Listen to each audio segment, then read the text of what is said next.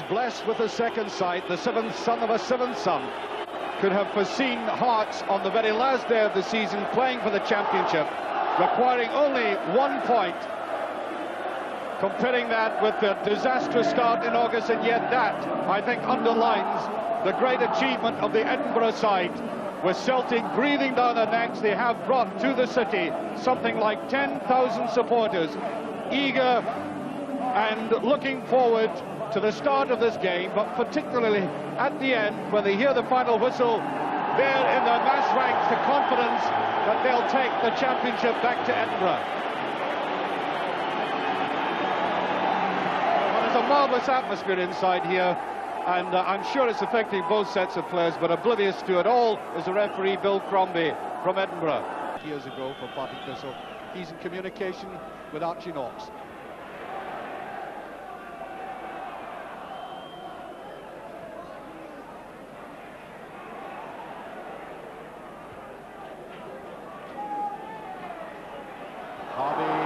McDonald rising above them, and there have been worse offences than that, but that is given as a free kick. The side it goes, Harvey is there. And again. And Sandy Clark back in the fence. Well, just down the street from here, in the game against Dundee United, we saw Sandy Clark playing marvellously in defence for his side, getting back, covering perhaps more ground than any other player in the park. Bobby Connor. Oh, McDonald's all in his own. That was very surprising, and away goes Clark, the man who broke up that move in the first place. It's great play by the centre forward. Kidd going forward. There's Kidd, the captain. Can he get his shot? And he can. And a great counter-attack by Hearts. I mean, that has been the real step of the play this season. Breaking away like this, well, it's actually the depth of it, away from virtually their own goal line, was the real quality of that break. Again on the side, and Mackay following up is Whittaker. Robertson. Cahoon. Mackay. Nice deep turn, but can he get rid of it? He can't. Crowded out once again. McKinley going forward. Seem to be running out of ideas. Brown, and that's too much. And again, the safe hands of Henry Smith down on it, clamping it.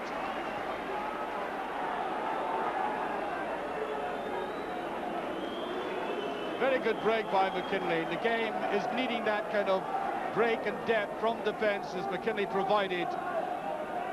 Final pass just a little too long.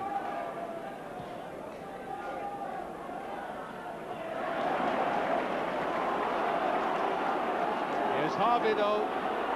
That's an interesting situation. It's a 1-against-1 in terms of there's a touch. He took McDonald on, decided to lay it to the side.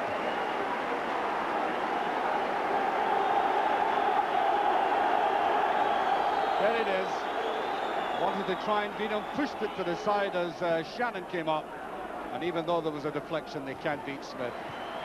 Well, Alec McDonald has kicked every ball, and that larynx of his is taking a real bashing. Clark. He'll play it wide. I would think that Hearts now badly need a goal. Kidd. He's almost through. Here's Robertson with a chance, just dapped away there. They really badly need a goal, because we hear Celtic are winning by 3-0. The players perhaps don't appreciate that yet, but they will when they go in at the interval, and that will put an almost pressure on them. And we're only about 11 minutes away from that. That was a very good run by Walter Kidd, the captain. Slightly wrong-footed himself more than anything else. Cluster of players, and look at that. Robertson just a trifle unfortunate as he went after it.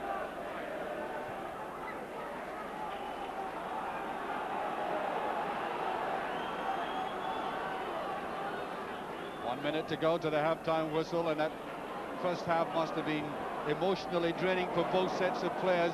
marginally more so for Hearts, I would have expected.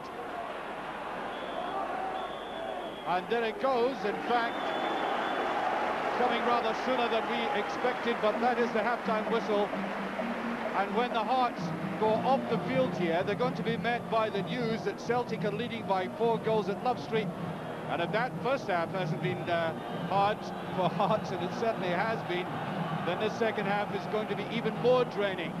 I would expect that although they have the ability to hold out, maybe the tactics would be to try and get one very quickly in that first part of the second half, and thus ease the pressure.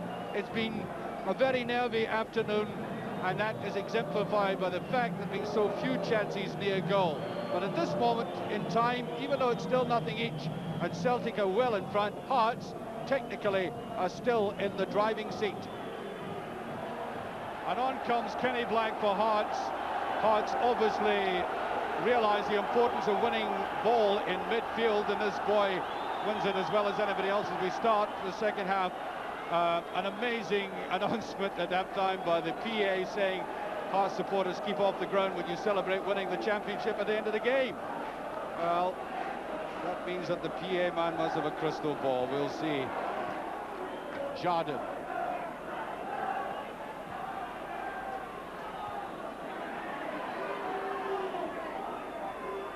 Over goes Black. Nice run forward by Robertson, but I think the flag was up. Yep, was indeed exactly where Duffy is beckoning for the ball.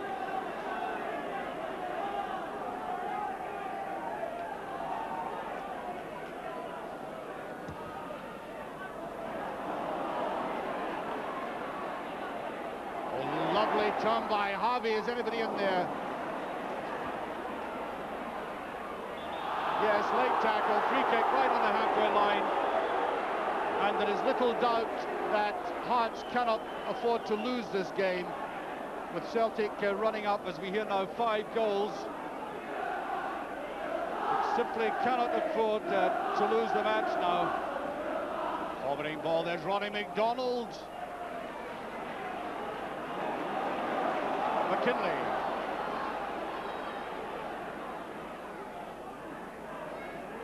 Corner.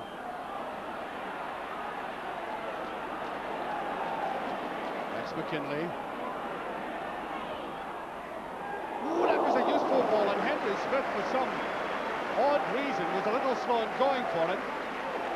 Although it's easy enough for me to say that. From this angle, it looked easy enough. It may have done a bit of a dip or a swerve. As you can see from here, he suddenly went for it. Now watch, Smith was slightly late.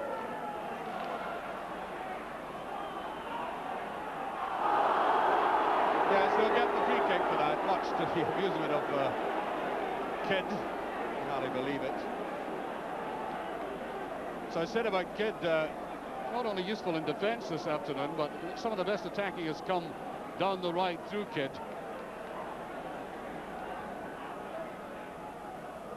Harvey.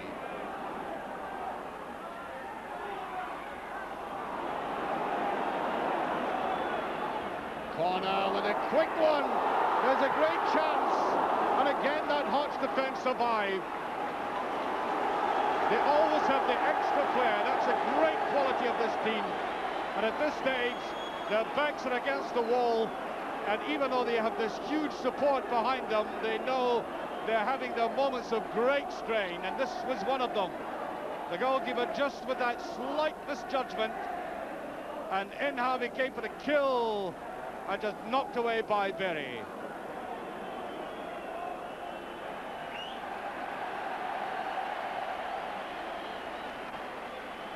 Well, there we are. He'll need a new shirt, but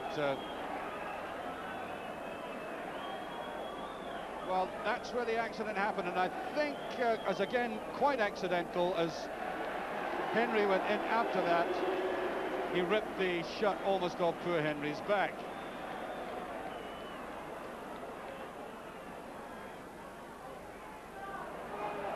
There's Berrien. Lovely little touch there by Robertson. Now, this is where Hearts are lethal in the break like this. He's going through and he's on. Can he make it? It's Cahoon and he can't. And he not even got the corner out of that, and that was one of the best chances of the game. There he is. Now Cahoon has done this so often this season. Many a manager will tell you how suddenly Hearts on the right have struck with this man, and he put it a trifle too much to the side. Oh, and that was agonising for the wee man. And we're getting the substitution as Albert Kidd comes on. And McKinley going off with about 16 minutes of this second half played. One more midfield player is on. And he'll be going forward. Substitute for Dundee, Albert Kidd, replacing Josh McKinley. Clark getting the touch.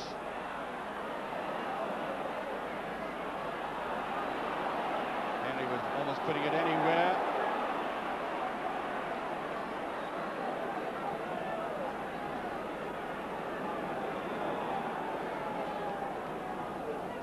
Robertson. Oh, brilliantly done and stopped well. Well, it looked like a free kick to me.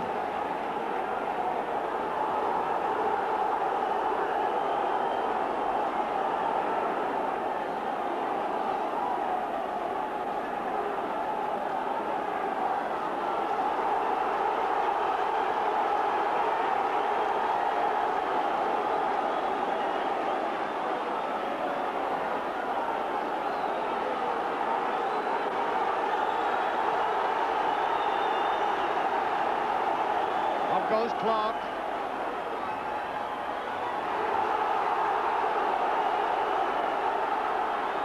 Corner. Oh, it's a tempting one that is just knocked away. There's a brilliant save. Oh, superb. Brown is up and it's just over, and that goalkeeper, Shirley, has done so much for Hearts this season. A monumental save.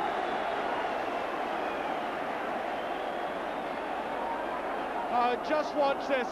I've already said he's had the save of the season from Malpas, but look at this. And it was blind, it was late, and he gets a touch, and that is superb.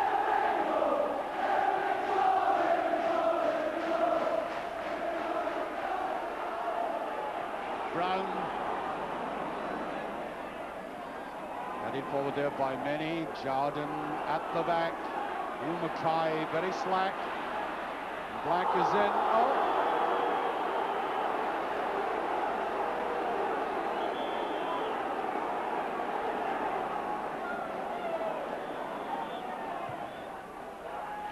Nicely floated in. There it goes. Now this could be very interesting. It's 2 against 1. Only slow. Oh, that was very bad play by Cahoon. He had Robertson totally uncovered beside him. And that would have clinched the championship, and he put it to the side. That's one that Robertson would not have missed.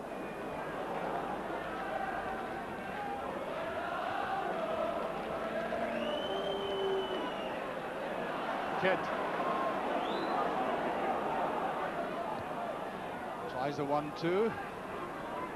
Cumbersome, but he gets it. He wanted to try the shot on, and again the Hearts defence extremely well organised. Now Robertson, can he bring it down? No, he can't. They've lacked that control up front. It's been a weakness of them this afternoon, and away goes Bobby Glennie, thundering towards that Hearts goal mouth. That's a header, and it's just passed. Henry going up for it. Very good move by Dundee, coming initially from Bobby Glennie, then corner, and that neat glancing header there. Although, having watched it again, I think Henry Smith had that under that eagle eye of his. McDonald just keeps it in. That's a very good ball.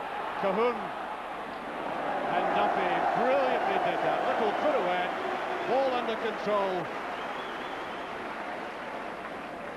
Solid legs on an old heat. There's no offside, and here's Robertson with a great chance. Glennie goes with them. Robertson! Oh, he did the right thing, yes. He wasn't going to mess about and try and take on Bobby Glennie again. Might have been a suspicion of offside, but he didn't care. He went right in there and decided to lash out at it. There it goes again. Here's Cahoon this time, and Glennie gets... Run is good round the outside, and McDonald happy to step in, concede that corner kick.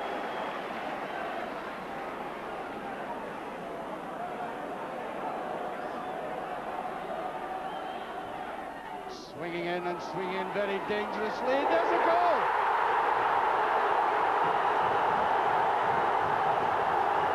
Kent has scored! The substitute has put Dundee in the lead quite astonishingly. And there is but 7 minutes remaining of this match. Here it is. Swinging in, the little touch on, and there was a substitute, Kent, to put Dundee in the lead. And this is now so agonising for Hearts. Will this championship disappear from the very eyes? Kent, what a marvellous substitution this has been for Dundee and Hearts. Looking slightly ragged, there's a great chance. They've done it! 2-0. A brilliant goal by Kent, his second, and Hearts look in abject misery, while the Dundee supporters are celebrating a quite astonishing victory now, because there are only 4 minutes left, and that was a superb goal engineered by Kent. Away he went, taking on the defenders, looked for the classic 1-2, he got it, and finished with great aplomb.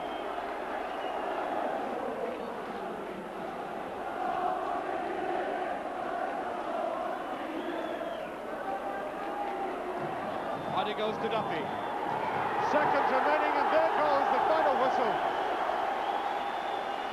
And let me repeat that Hearts apparently have lost the championship. They've gone all these number of games, 37 undefeated, and then suddenly on the last day, the last afternoon, the last 10 minutes of this championship, they lose out. Utterly cruel.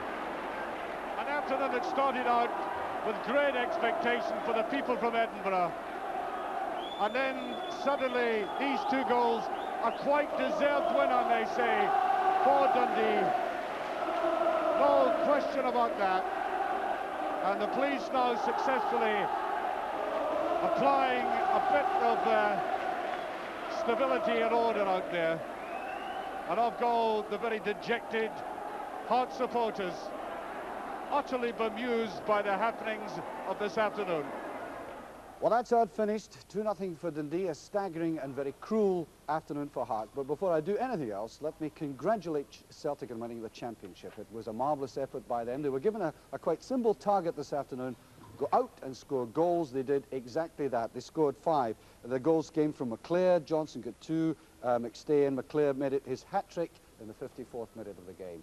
And it must have been marvellous down at Love Street this afternoon. And I'm sure that these scenes will be appreciated by any Celtic supporter. There they are.